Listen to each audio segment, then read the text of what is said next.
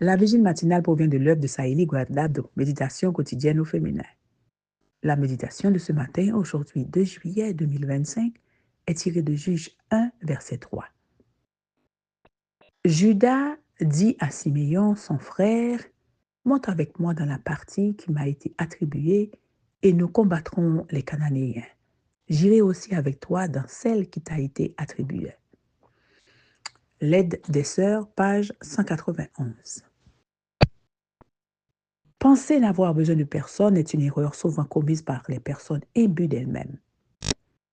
Les résultats ne sont jamais favorables à ceux qui, dominés par leur ego, sous-estiment le soutien que les autres peuvent leur apporter.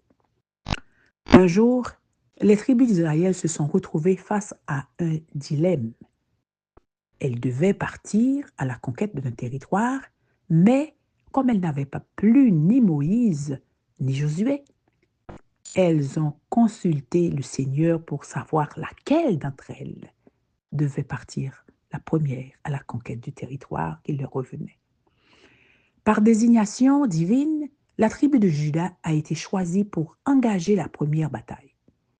Juda était une grande tribu, mais elle n'a pas hésité à demander de l'aide à ses frères de la tribu de Siméon. Après tout, Juda et Siméon étaient frères de père et de mère.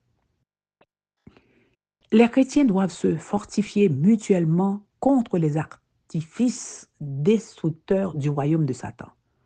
Ceux qui, de cette manière et dans un esprit d'amour, s'entraident ont le droit de s'attendre à ce que Dieu bénisse abondamment leurs efforts combinés. Demander de l'aide n'est pas synonyme de faiblesse.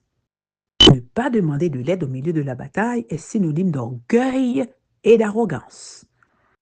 En tant que sœurs, par les liens du sang du Christ qui nous donne l'unité, nous devrions toujours être prêtes à demander de l'aide et à en donner de la même manière. Si nous sommes unis dans ce combat qui n'est pas contre la chair et le sang, l'ennemi n'aura aucune chance de nous vaincre. Notre unité avec le Christ et avec nos semblables forme une barrière que l'ennemi ne pourra jamais franchir, car là où il y a unité, il y a amour et il n'y a pas de place pour l'orgueil ou la rivalité.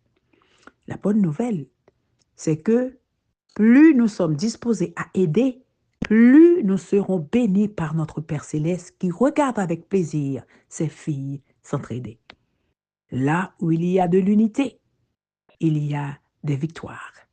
N'hésitez pas à demander de l'aide aux armées célestes, car une armée est prête à vous venir en aide. Amen, amen, amen. Heureuse d'aider tous mes frères en Christ.